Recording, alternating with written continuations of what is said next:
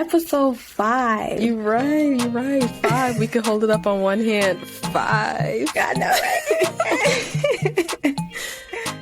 Hello, welcome to another episode of Momsley Podcast. We're your hosts. I'm Krishel. And I am Nyamekye.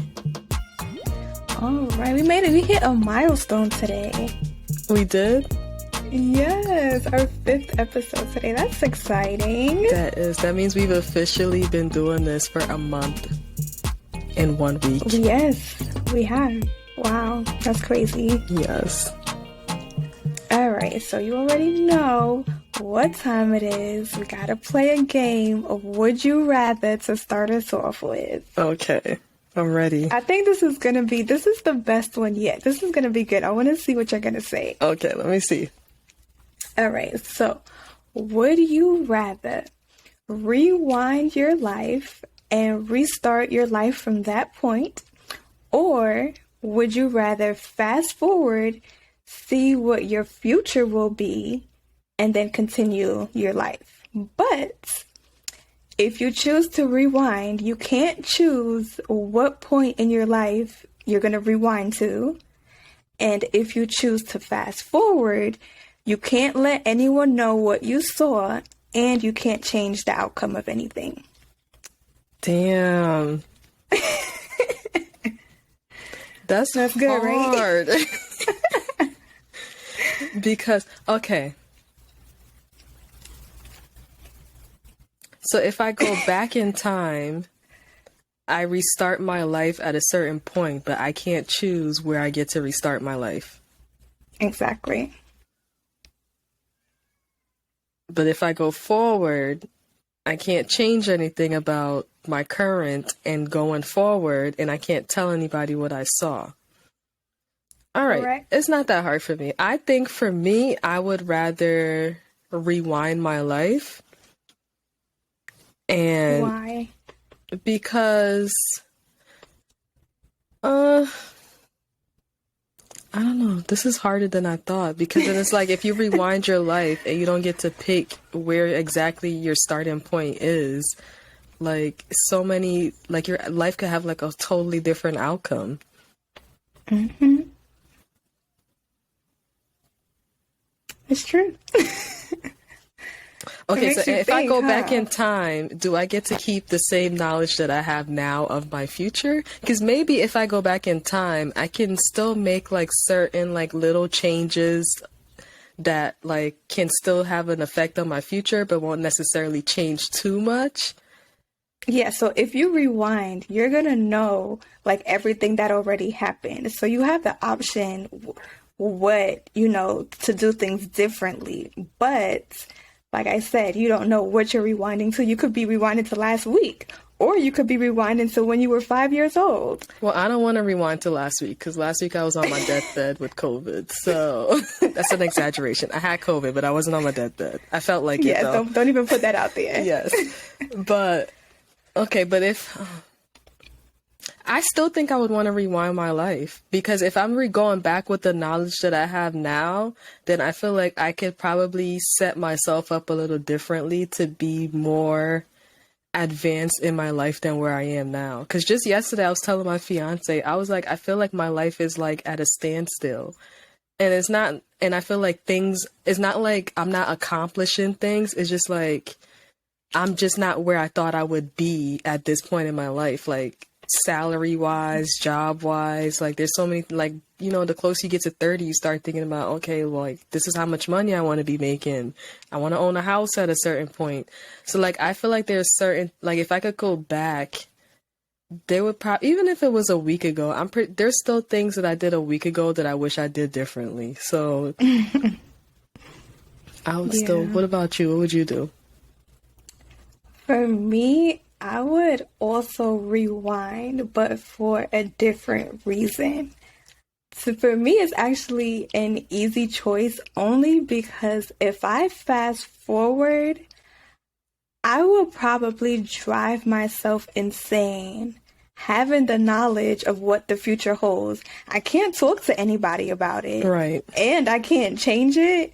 So I have to just go through life knowing that these things, but I mean, it could be good things, but still, then you're going to be walking on eggshells because you don't want to mess up that good thing. It's like, what if I do something different and that changes that good thing to a bad thing? Right. I would probably drive myself insane. And with what that if you knowledge. fast forward to like your last day on this earth and you just know, like, that would kill me.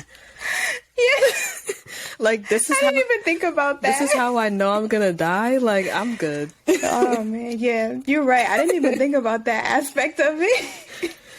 And then another reason Yeah. too why I feel like I would rather rewind is because like I feel like my kids are growing so fast. Like if I got the chance to go back in time and just experience them at like certain stages of like their toddler years and baby stages, like I would gladly take that. Yeah, that's a good point too. I would definitely rewind. There's definitely certain things in my life that I would prefer not to have to revisit again. Yeah, definitely. But at least I have control to like maneuver in the way that, because you know they always say hindsight is 20/20. Right. So yeah, I would definitely rewind. Yeah, I don't think I would change too much because then I wouldn't want to change the outcome of me having my kids. Yeah, that's the thing too. Like when you start saying, "Oh, well, I could do this different, I could do that different," Yeah. then you might end up in another situation where you're like, "Dang, I want to do that different again." Right. Instead of 3 kids, might have like 10. I'm good. Oh my gosh. Oh goodness. But that was good. That was good. I just want to take a little step back. So a few weeks ago, we were talking about how like we could have been track stars or whatever when we did the whole Olympics episode or whatever. Well, it was my son's birthday not too long ago, and we like it was a good time. Like we had like 3-legged races. We were doing like it was the time of our life. But let me tell you, I am no longer a track star because when I told you that my body was telling me that I was closer to 30 than I am a child, the next day when I woke up, like that pain that I was in was something serious. I thought my legs were falling off. Oh, girl, tell me about it. So I learned my lesson. Like 30 is like, hey, what you thought you was about to do. Right. Because running them fields is not it. Let me tell you, every time I picture, like, I'll watch my girls, like, jumping on the trampoline, and I just picture myself. I used to do, like, flips on the trampoline, all kind of. Girl. Just the thought of even do that, I start aching. I'm like, oh my god. We went to Urban Air, and I was trying to jump on the trampoline with the baby, because, you know, at first they're kind of apprehensive and scared. Girl, I did, like, 2 jumps, and I felt like my uterus was just going to fall right out, and I was going to pee all over myself. I was like, nah, I'm good. He going to have to figure this out on his own. Yeah, the combination of almost being 30 mixed with giving birth to children multiple times, it's not good. More than once, it's not a good situation. No, not for me at least. No. I just wanted to let you know that I was definitely feeling it the day after. Do not recommend. That is hilarious. I feel you though. I feel you. All right, so what we talking about today? So this week, I thought it would be kind of fun to like, you know, pick your brain a little bit. I grabbed some questions and I just wanted to see like what your thought process was on some of these topics. And okay. So the first one that I have today is, do you think that it's okay for people of opposite genders to maintain a friendship without developing a love interest? Do I think it's possible? Yes. Generally speaking, yeah, I do think it's possible. I don't think having friends of the opposite sex is necessarily something that should always cause caution, generally speaking. However, I think it does depend on the person, because I think there are certain types of people that it just can't work for them. Like they just can't physically do it. Like they can't help themselves. Yeah.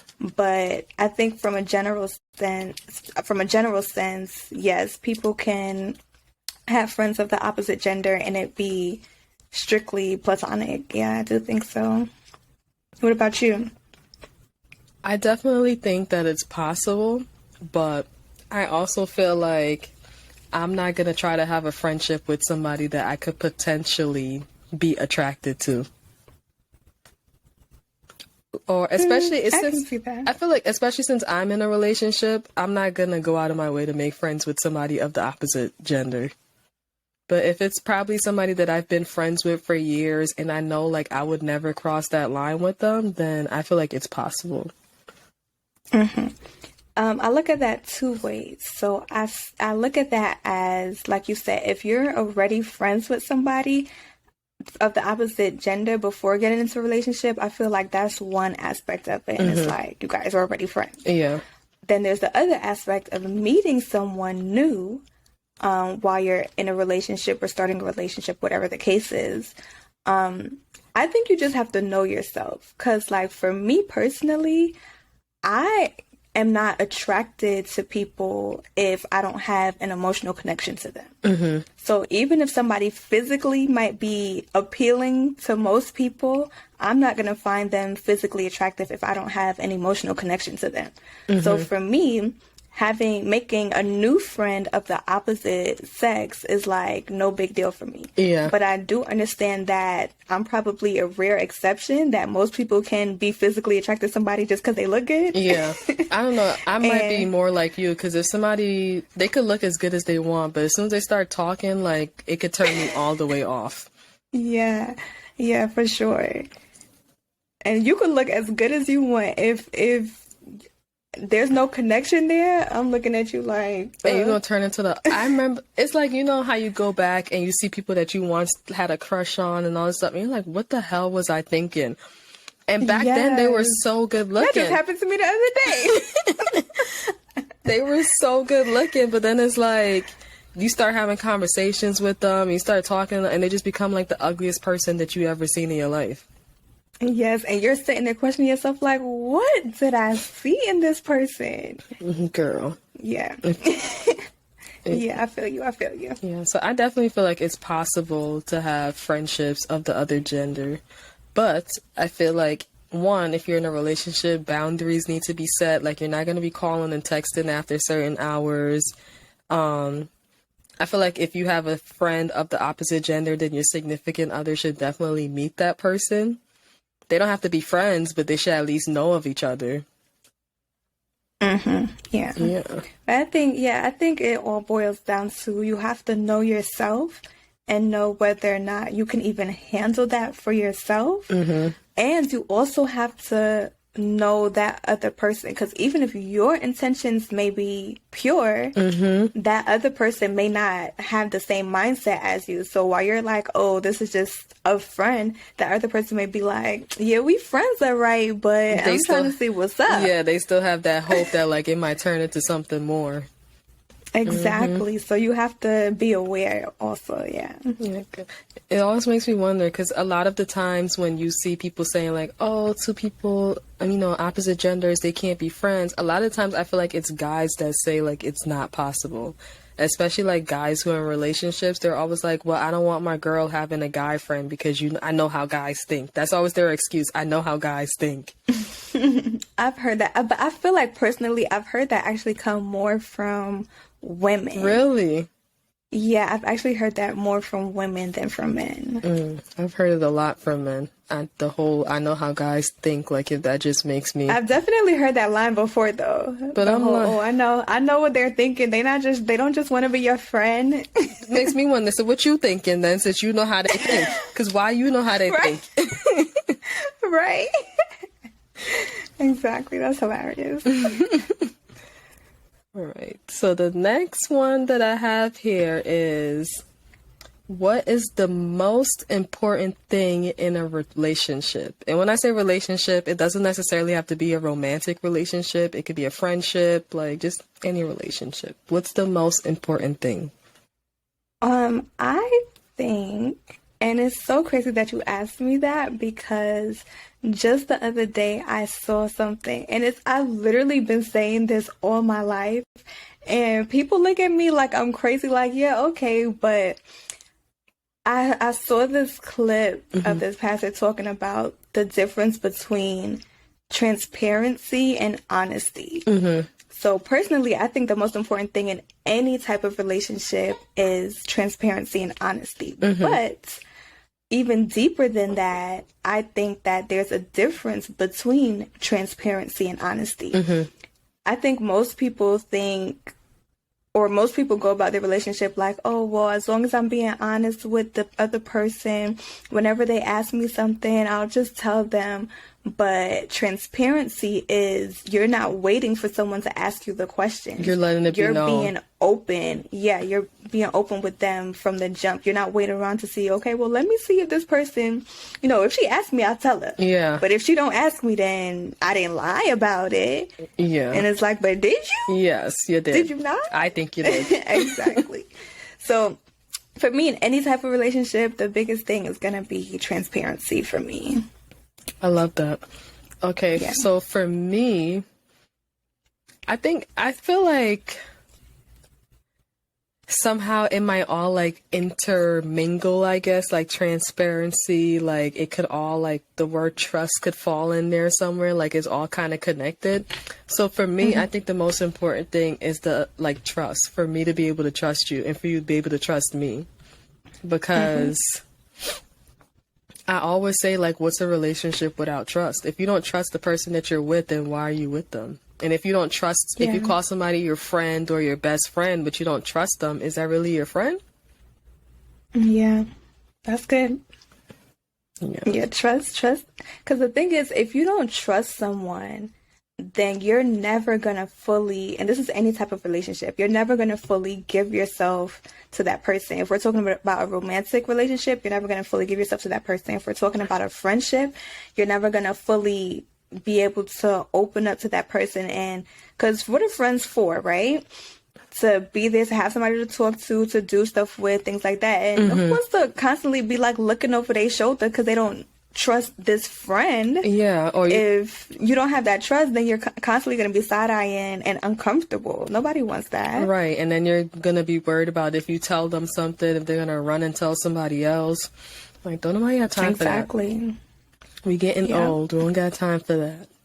Right. Yes. Trust is very important. Do you have like a number 2 thing that's super important to you? Transparency is definitely number 1. Number 2, I gotta think about that.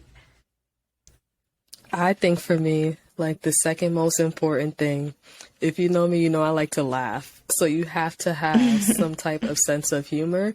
And like all the people that are like close to me that like I call like my best friends, they're all people that I could sit there and kiki with all day until my heart's content.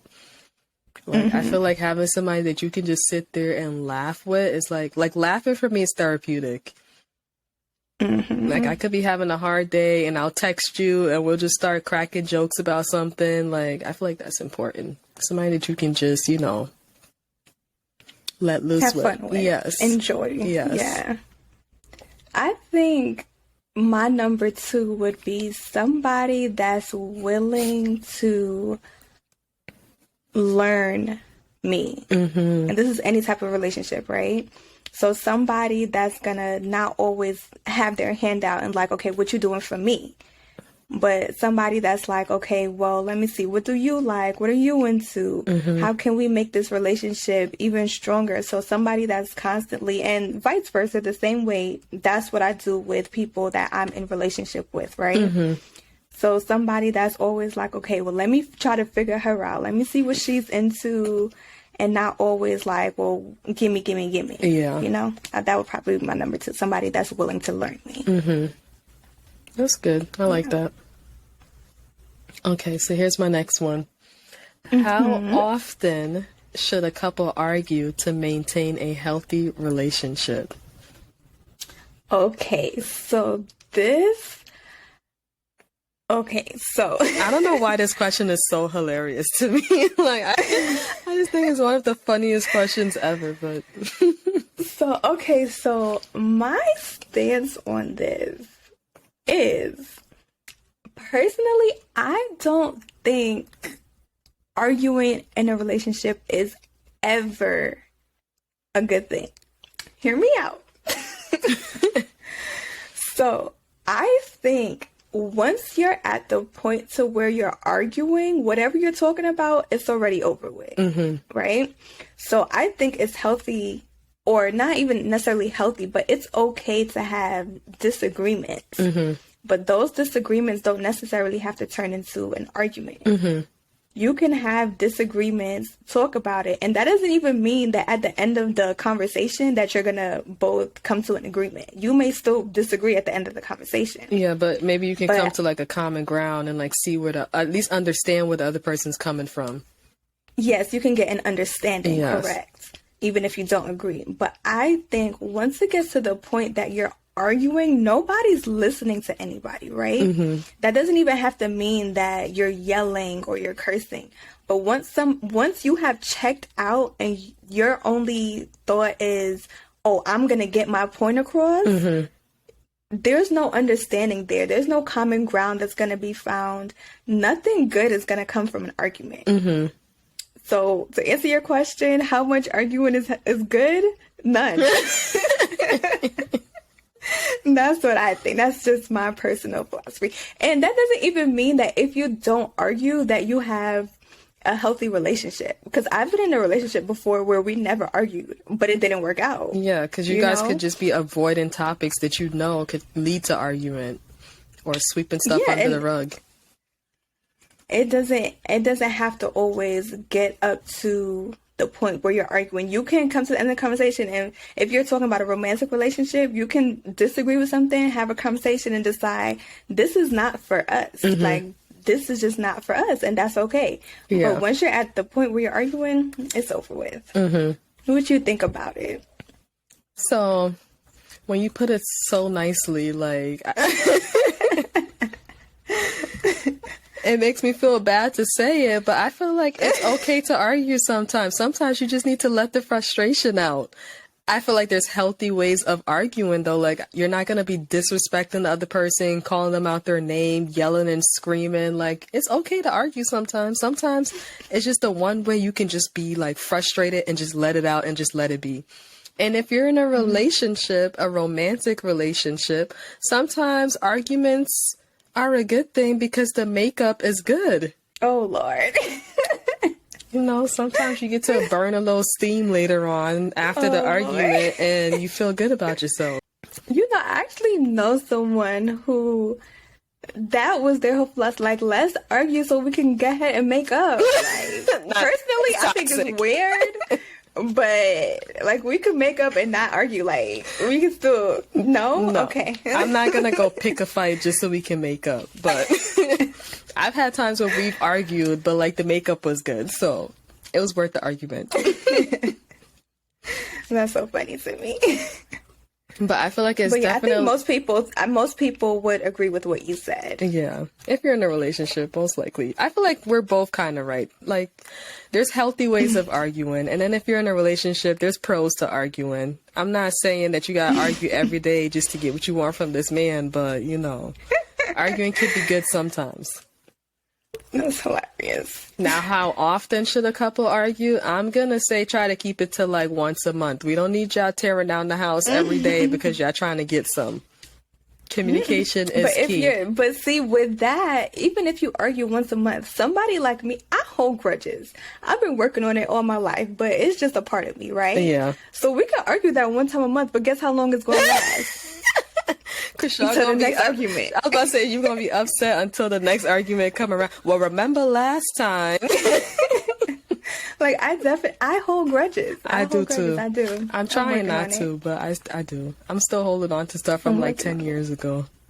It's not healthy, especially if you're in a relationship. But I mean, I feel good. Like, I feel good about it. Anyways, that's another conversation for another day.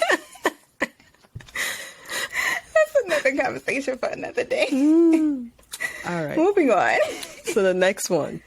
How should household chores be divided?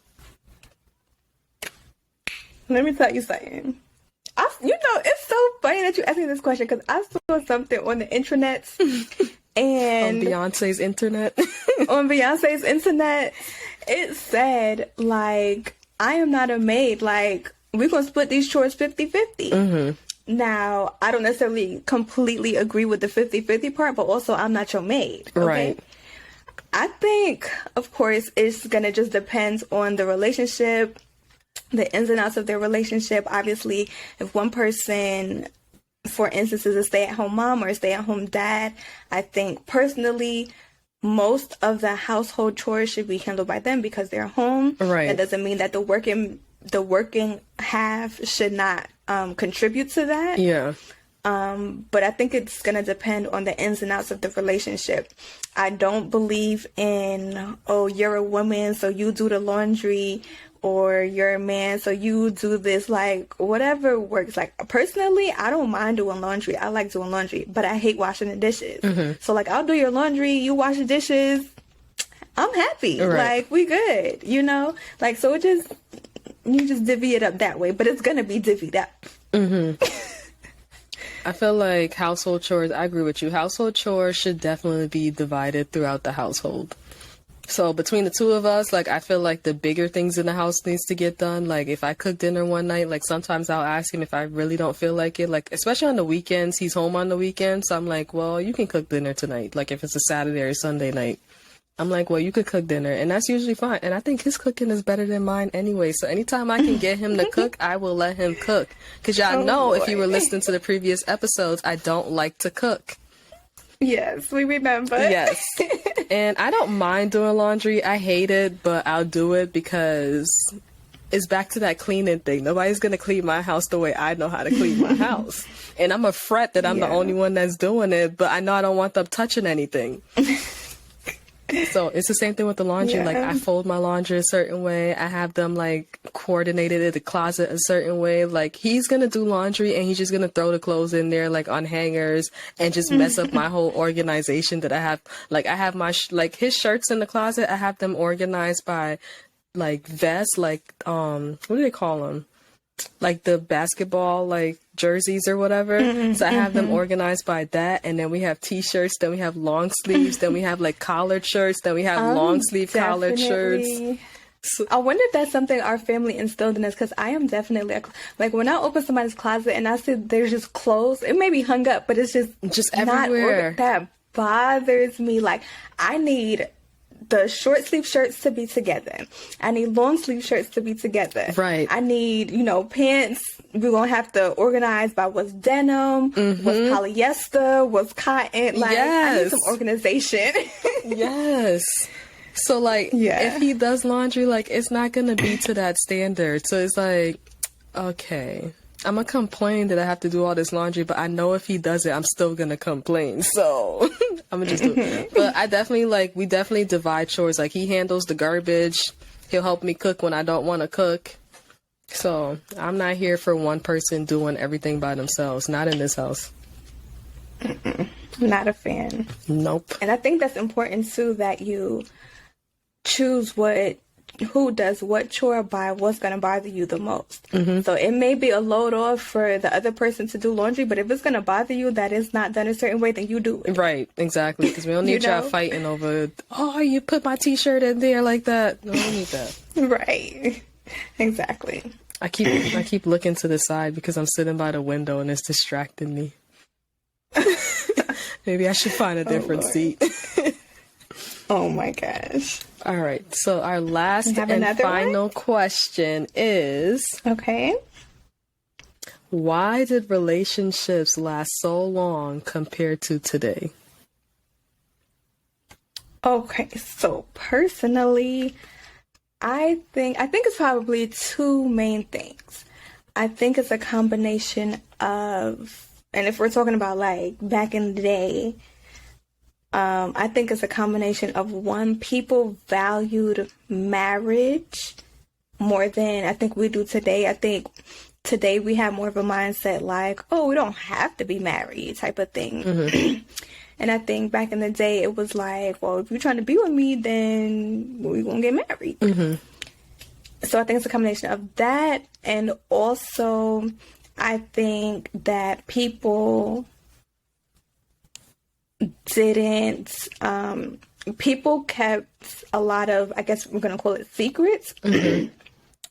Like, people like marriage lasted a long time, I think, because people swept a lot of stuff under the rug. I feel like today we're more open and honest, and it's like, and we have social media now, so it's hard to hide certain stuff. That's right. But I think back in the day, it's like, yeah, we've been together for 30 years already. Oh, you've been cheating with the next door neighbor for 20 years. Okay, well, as long as we're the only 3 people that know, that's all that matters. Then it's good. Right. But today, personally, if you've been cheating for 20 years, so guess how much longer we're gonna be married? As long as it takes for this ink to dry on this divorce document. Oh my gosh. But yeah, that's what I think. So I think that I can agree that relationships lasted a lot longer back then because a lot of things were swept under the rug. Divorces weren't as common, especially women were scared to get divorces because it was like a man could you could divorce a woman and go find another family and it would be okay. For a woman, it was kind of like wearing a scarlet letter, like, oh, you're a divorcee, like nobody's gonna want you, kind of thing. And I don't think it's necessarily that we don't value marriage the same. Like back then, our grandparents, great-grandparents, they were getting married young. It was like, we graduate from high school, we're thinking like, okay, what are we going to school for next? They graduated from high school and it was, oh, we're getting married and we're going to start our family and dad's going to go work. That was about it. And it was like, I feel like now I don't want to say I guess we have more options of like how our life should go. So maybe we're choosing to get married later on in life instead of, first step out of the house is marriage. And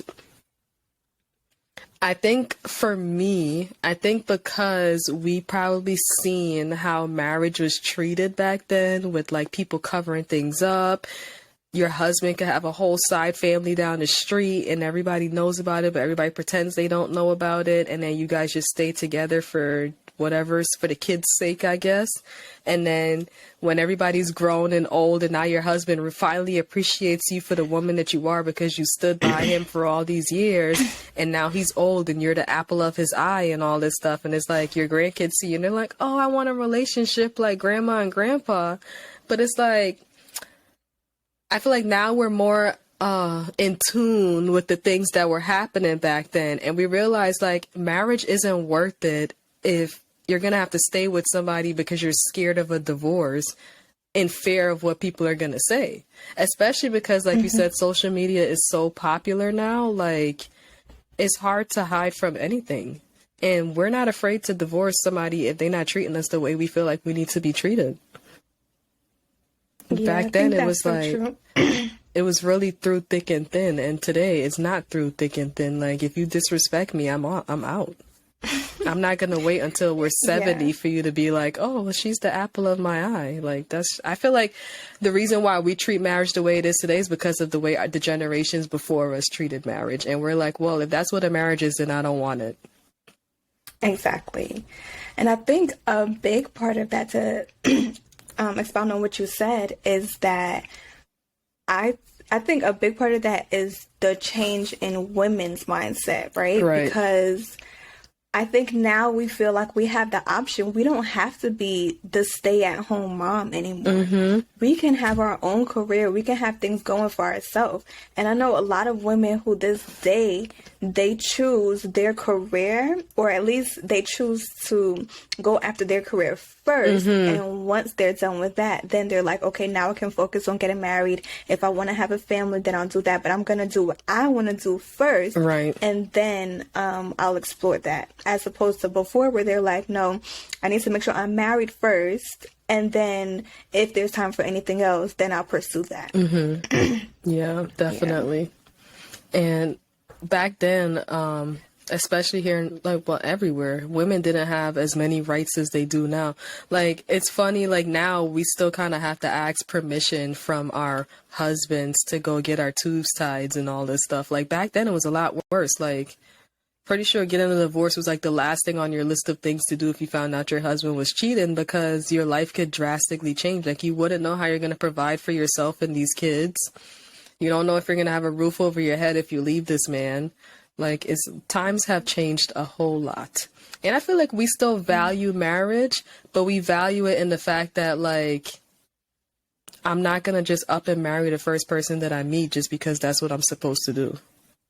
And I think even to this day, like a lot of people, like our elders, believe like, oh, your life is not going to be complete until you're married. Yeah. And it's like, but if I'm happy doing what I want to do, then who's to say that, you know, my circle isn't going to be completed by the time I die? That's why a lot of older people are always like, wait, what? Go ahead. Oh, no, I was just going to say, that's why to this day, a lot of older people are still like, so when you getting married, like that's the end all be all. That's what I was going to say too. It's like, that's not my end goal in life. Like, it's not, so I get married, then what? I have nothing else to accomplish in life because I already had kids. So, you know, I did everything out of order. So, but you got married though. So I guess that's all that matters. You were supposed to do. It's like I feel pressured to even have a wedding because I feel like a lot of the reason why I want to have a wedding is for the older people in the family because they're the ones that has always been asking, well, when are you guys getting married? Don't you think it's time you guys get married? Like, and it's so annoying. Yeah. If it ain't broke, don't fix it. Right. And for me, I feel like marriage would be the next step for me because I feel like we've been together for so long that like it just makes sense at this point. But before, like we were like, yeah, I think it depends on the person because if that's your goal, if that's something that you want, then that's what you should pursue. Yeah. But if that's not something that you want, then pursue what you want. You know, it shouldn't be, oh, well, even if you do decide to, like, say a woman pursue her career first, it shouldn't be, okay, hurry up and do this career thing so that you can get married. It's like, no, sit in it for a little bit. Right. It's okay. It's just crazy to me. Yeah. But I can definitely see like marriage being important, especially if you've been with somebody for a really long time. Marriage is very important. I always tell people like, if you've been with this man for all these years, don't you think you should just marry him because of like financial reasons or whatever the case is? Because God forbid something happens to him tomorrow, then you don't have rights to anything. You might not even have rights to to your house that you're living in. I mean, not necessarily, because you can always get things in writing. If marriage is not something that both parties want, you can get something in writing to say that I want this to go to this person. I want this person to be in charge of my medical decisions. I want this person to be in charge of my money and things like that, and have it legally stated without getting married. Yeah, but then that brings up another topic of if somebody's like, okay, well, we don't have to get married, but let's get these things in writing. And the other person's like, no. That probably is a red flag. Yeah, but, that and then anything that's in writing could be contested in court too. So who got time for all of that? Do what makes you happy. Exactly. But speaking of marriage and divorce, let's go ahead and move into the hot topic for this week. Okay. Dr. Dre. Oh, now, Lord. A while back, he was in the news because of his relationship with Nicole Young. Mm-hmm. She had filed for divorce, and in between all of that, she made statements of there being abuse between. She made statements that there was abuse from him to her, mm-hmm. both mentally and physically. So, she files for divorce. They were married since 1996, so they've been married for a while. They have 2 kids together. Mm-hmm. So when she filed for the divorce, she also filed to get spousal support, and she was asking for $2 million a month. So I'm going to stop right there. $2 million a month. What do you think about that? Fair, unfair, doing too much, doing not enough? What you think? Well, I guess it's fair depending on the lifestyle that they live and how much money she's used to getting on a regular basis within the marriage. Like, if that's within the norms of like what they spend in a month, then I guess it's fair. For me, that's insane. $2 million a month? If I get $2 million, period, I'll be set for life. Yeah, I think the courts based it on what had been the norm for the person. But do you think just because that was her norm that that's what she's owed? Because what if it was on the other foot? What if he was the one that filed for divorce? Does he still owe her that money? So I missed the part that she filed for divorce. I mean, Yeah, she was the one that filed for divorce. if he filed for divorce, she filed for divorce, then whoever's the breadwinner or whoever's the breadwinner should have to pay some sort of spousal support. $2 million though, I don't know if that's, I'm at a loss for words because that's a lot of money. Yeah, it is a lot of money, but if we're talking about Dr. Dre here, so 2 million to him might be like a couple stacks for us, like probably even a couple hundred for us. That might be nothing for him, I'm just at a complete So when you're loss for comparing words. it might not be so bad. But let's continue nonetheless. So that's what she filed for.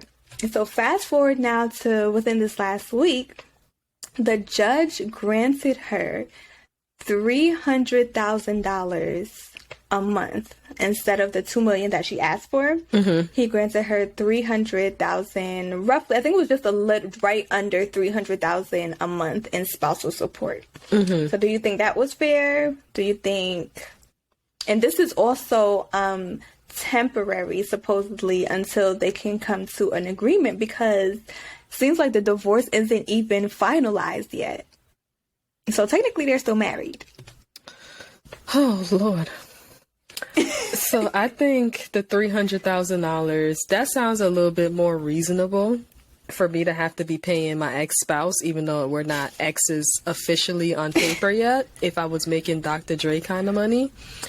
I mean, anybody's going to be salty about have to paying their ex-spouse any kind of money, even if it was $2, 50 cents, whatever the case is. Like, you don't want to pay them anything.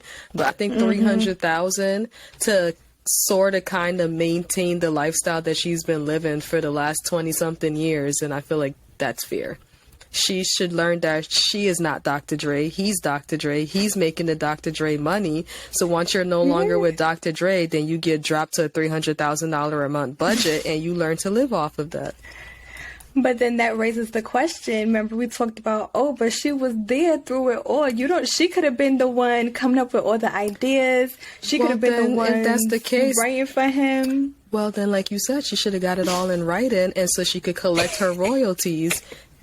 Or she could take the abuse and just stay in the house with him and collect all the money she wants. If he has this kind of money, then he should have enough money, or she should have been smart to be keeping money to the side so that when he get on her nerves and she's saying that there's claims of abuse and all this stuff, she could just go live in a different house. That way you don't got to worry about getting spousal support. And pay some security guards to stay at the door and have him not enter your premises. Not security.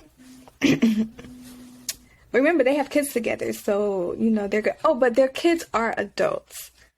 So, but then that raises another question of if there's abuse, do you want your kids around that? I mean, their kids just got grown recently, but they've been around it all these years, so she could have left when the kids were young enough for it to not have an effect on them.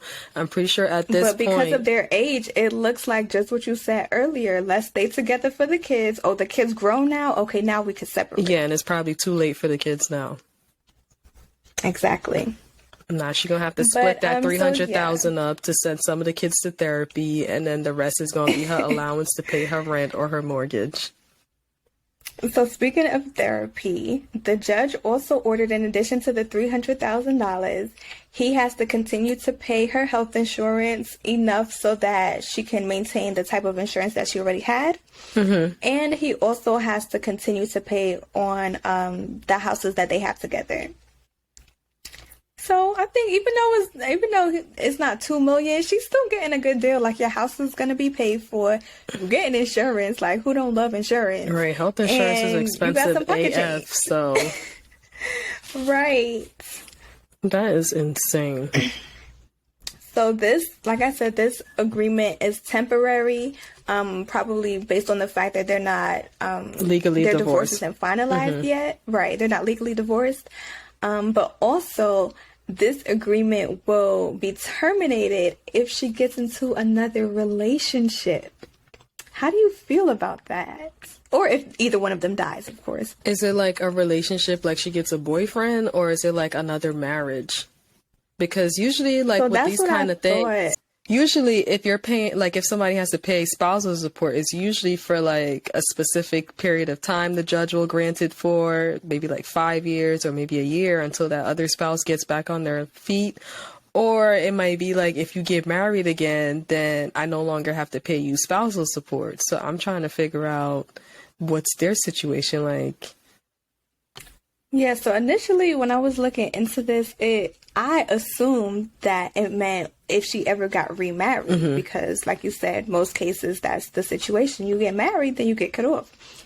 But in all of the wording, nothing specifically said that I saw when you get married. It said entered into a new relationship. Then sis better stay So to single. me, that was him telling his lawyer, if she be with anybody else, make sure I don't got it. Let him take care of her. Right. And I don't. That's what it sounded like to me. And I don't blame him.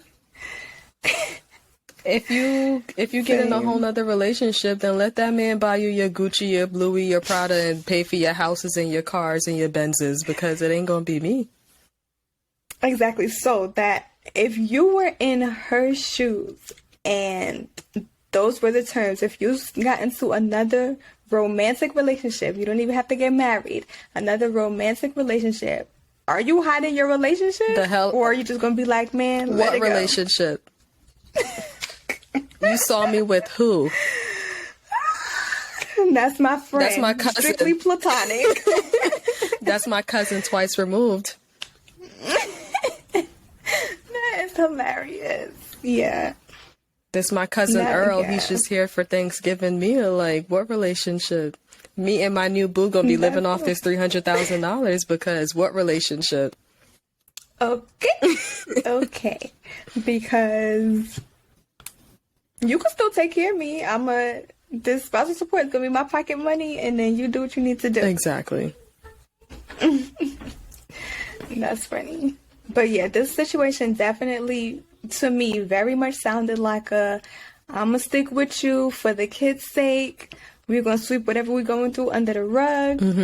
And then once the kids are of age, then I'll free myself. Right. Which doesn't, personally, I don't think it's good. I don't think it helps the kids. I don't think it helps either person in the relationship, because if what she's saying is true about the abuse, then he needs therapy himself. Right.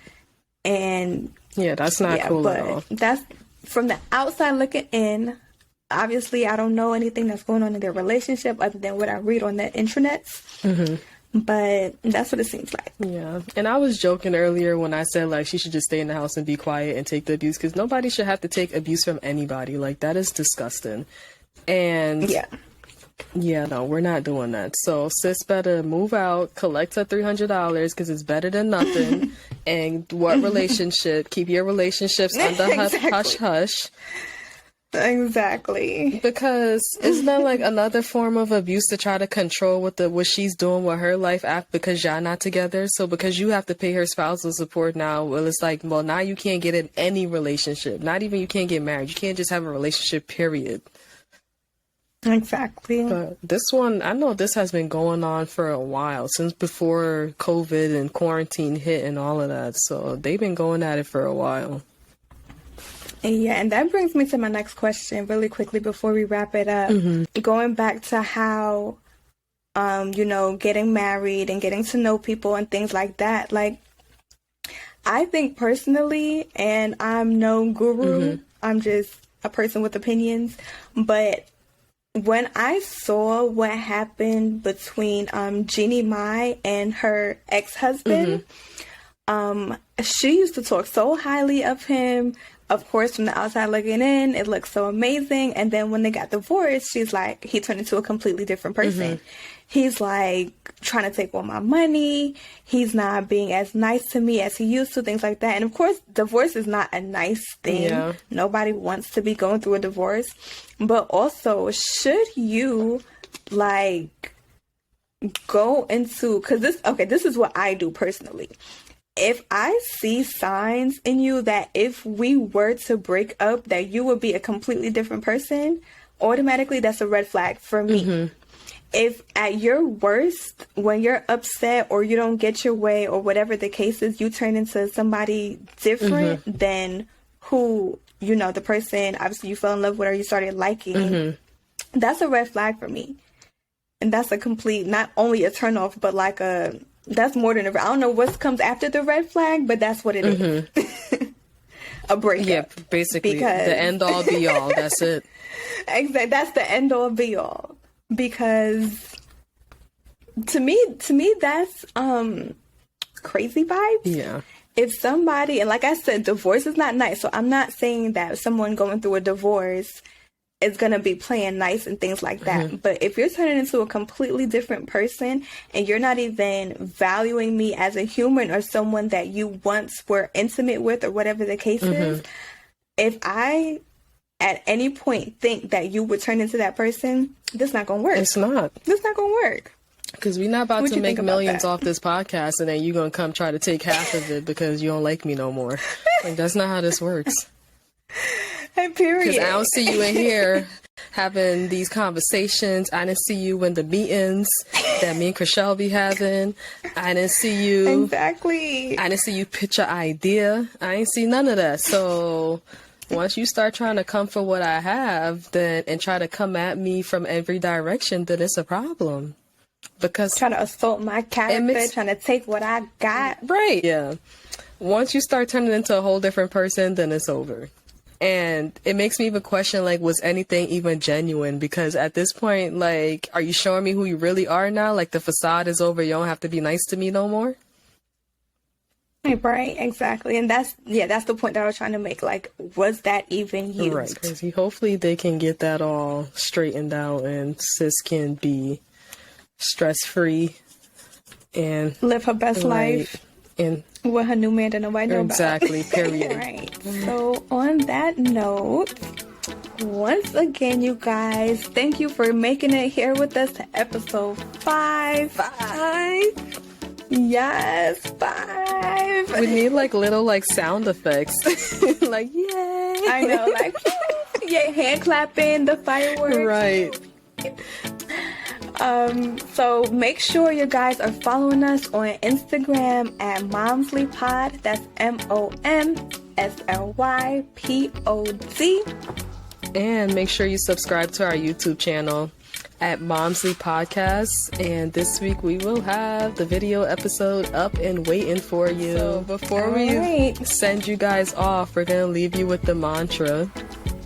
And yes. This week's mantra is, don't ruin a good today by thinking about a bad yesterday. Let it go. One more time. Don't ruin a good today by thinking about a bad yesterday.